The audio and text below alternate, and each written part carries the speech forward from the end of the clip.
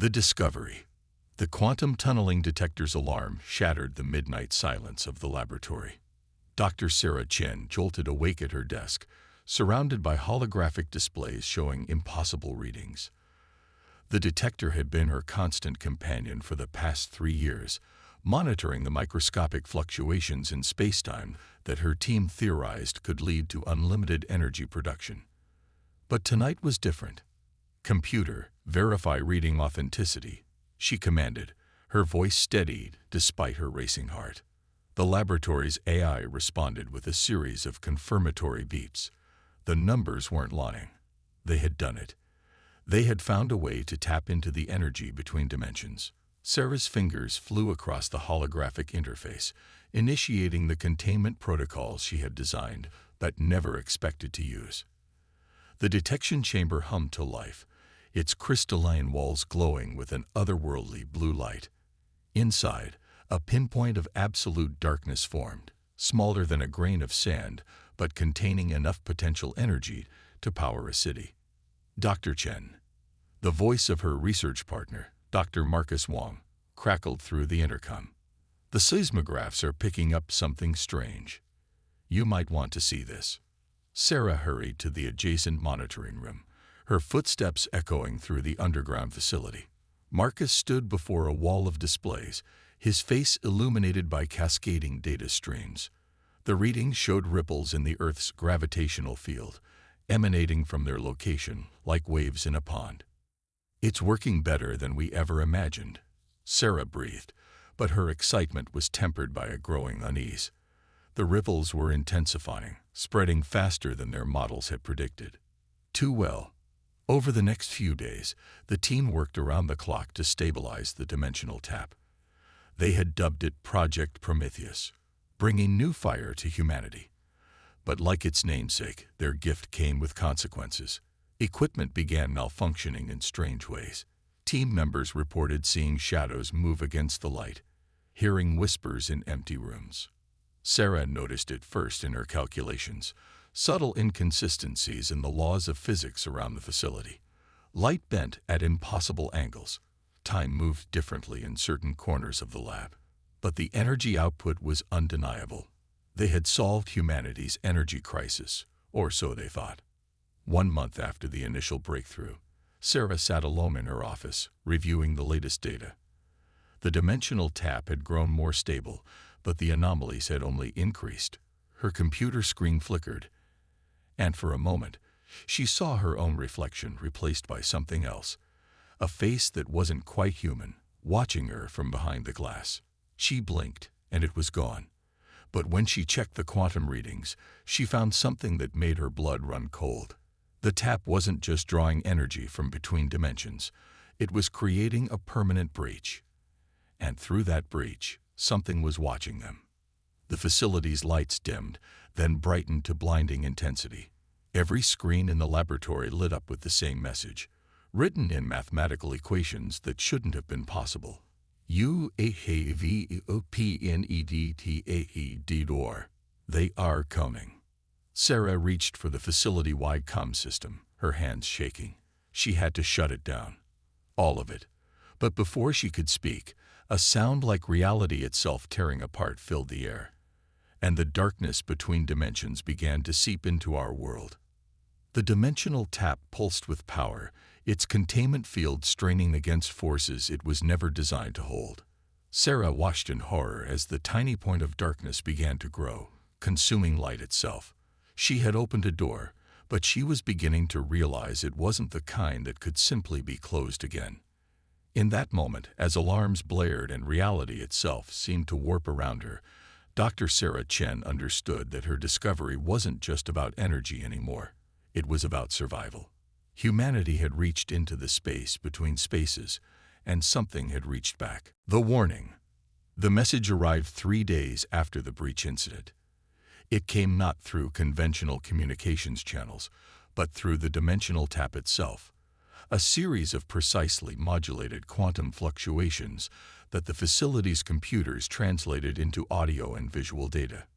The beings called themselves the Varith, and they had been watching humanity's progress with growing concern. Their holographic forms shimmered in the facility's main conference room, their bodies composed of interconnected geometric shapes that seemed to fold through dimensions humans couldn't perceive. "Your species stands at a precipice," the Varith representative spoke, its voice a harmonic blend of frequencies that made Sarah's teeth ache. "We have watched countless civilizations discover dimensional energy. Few survive what follows." The assembled scientists and military officials sat in stunned silence. General Laura Hayes, who had arrived with a contingent of United Earth Defense Forces the day after the breach, was the first to speak. "Are you saying you've dealt with this before?" she demanded, her weathered face illuminated by the alien's ethereal glow. "We were once as you are," another Varith answered, its form shifting like liquid crystal. 5,000 of your years ago, we discovered the spaces between dimensions. We thought we had found salvation. Instead, we nearly caused the collapse of our entire reality." Sarah leaned forward, her scientific curiosity warring with mounting dread. "The anomalies we've been recording, they're just the beginning, aren't they? The breach you have created is small," the first Varith confirmed, "but it will grow. Space and time will become unstable. And there are entities in the void between dimensions that hunger for ordered reality. They will come." Marcus pulled up a holographic display of their latest readings. "We're already seeing signs: temporal distortions, spontaneous quantum entanglement, localized violations of physical constants. But if we could control it, harness it properly." "You cannot control it," the Varith interrupted, their collective form pulsing with urgent light. "The dimensional barriers exist for a reason. Each breach weakens the fundamental structure of your universe. We learned this truth at great cost. Of the 1,000 worlds that once comprised our civilization, only 73 survived." General Hayes stood, her military bearing a sharp contrast to the fluid movements of the aliens. "Then help us. You clearly understand this technology better than we do. There must be a way to close the breach." The Varith's forms became still, their geometric patterns freezing in complex configurations.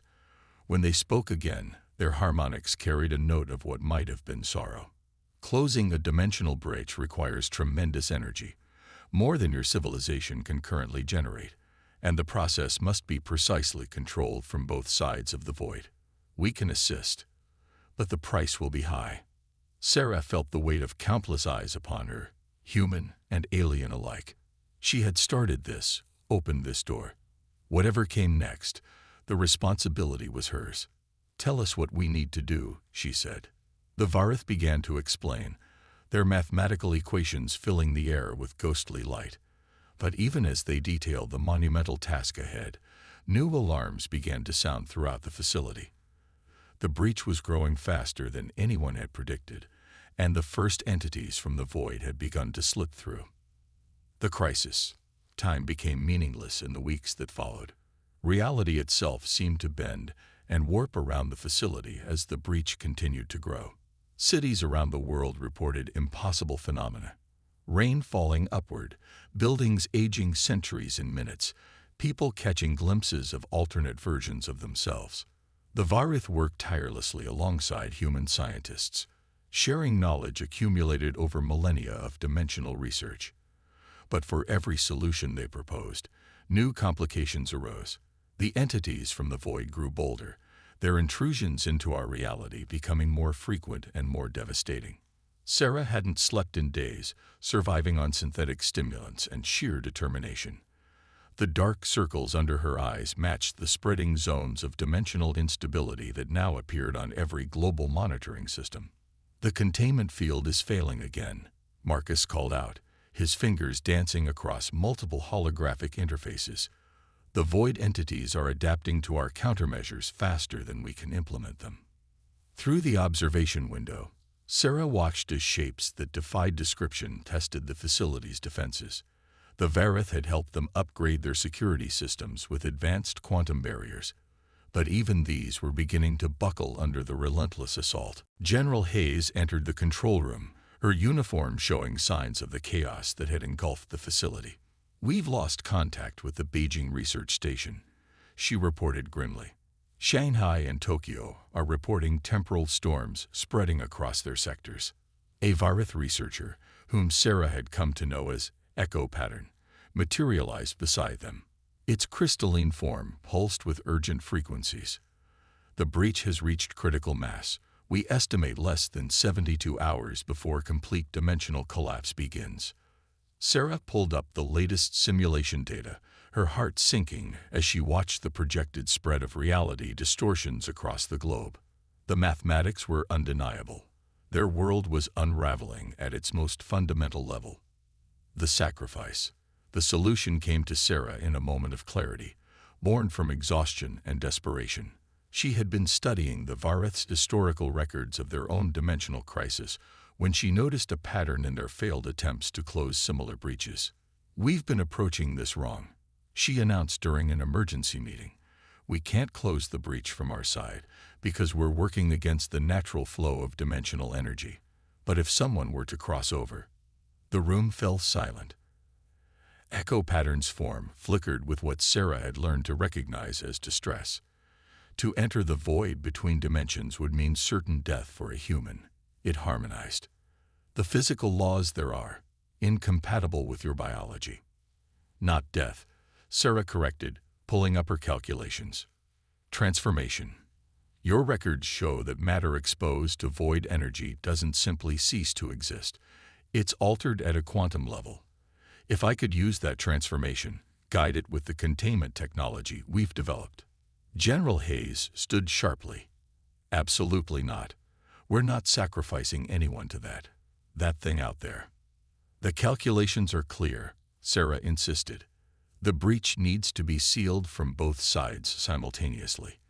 The Varith can handle their end, but someone needs to complete the sequence from within the void itself. And since I created this problem, it has to be me." Marcus tried to object, but Sarah held up her hand. "I've already programmed the necessary modifications to my quantum suit. Once I'm inside, I can use the suit's systems to harmonize with the void energy instead of fighting it. The transformation will be difficult, but it should allow me to survive long enough to complete the sealing sequence." The next 48 hours passed in a blur of preparations. The Varith helped Sarah modify her containment equations, while Marcus worked to upgrade her quantum suit's systems. General Hayes coordinated with military forces worldwide, preparing for one final push to hold back the void entities long enough for the plan to work. As Sarah suited up in the airlock chamber, she caught her reflection in the polished surface of the wall. The quantum suit hummed with power, covered in intricate patterns of Varith technology merged with human engineering. She barely recognized herself anymore, but then, everything was about to change anyway. Echo Pattern approached, its crystalline form resonating with complex emotions. "The void will attempt to break your mind before it transforms your body," it warned. "But if you succeed, you will become something neither human nor Varith. Something new." Sarah nodded, checking her suit's systems one final time. Through the airlock's window, she could see the breach pulsing with impossible colors, growing larger by the minute. "As long as Earth survives, I can live with that." The legacy. 10 years later, Marcus Wong stood before the Dimensional Research Council, a joint human-Varith institution housed in a building that seemed to exist partially in multiple dimensions. Behind him, a holographic display showed the latest data from the stabilized breachstone. Dr. Chen's sacrifice changed everything. He began, his voice steady despite the emotion behind his words. Not only did she succeed in sealing the primary breach, but her transformation created something unprecedented, a stable bridge between dimensions. The assembled council members, both human and Varith, watched as he brought up new images. The facility where it all began had been transformed into an interdimensional research center, where the dangerous breach once threatened reality. Now stood a carefully controlled portal, its edges adorned with both Varith crystalline technology and human engineering. "We receive regular transmissions from her," Marcus continued, activating another display.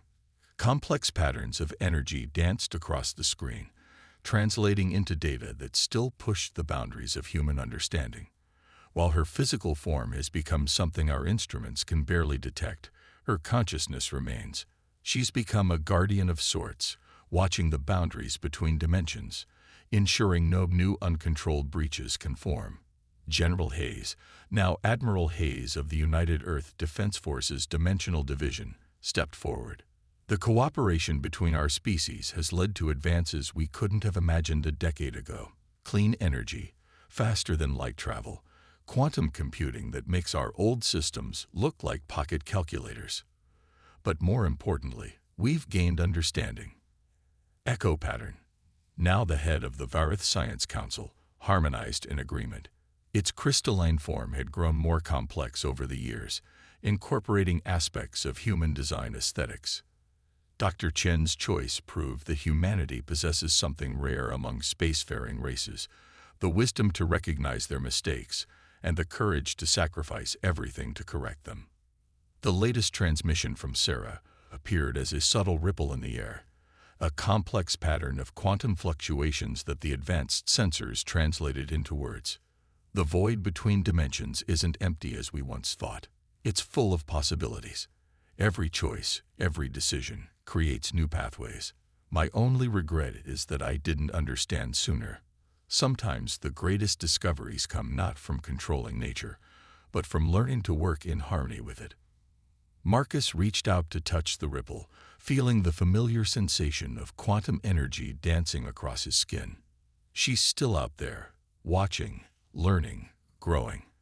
And thanks to her, both our species have learned to look beyond our dimensional boundaries with respect and caution, rather than fear or greed.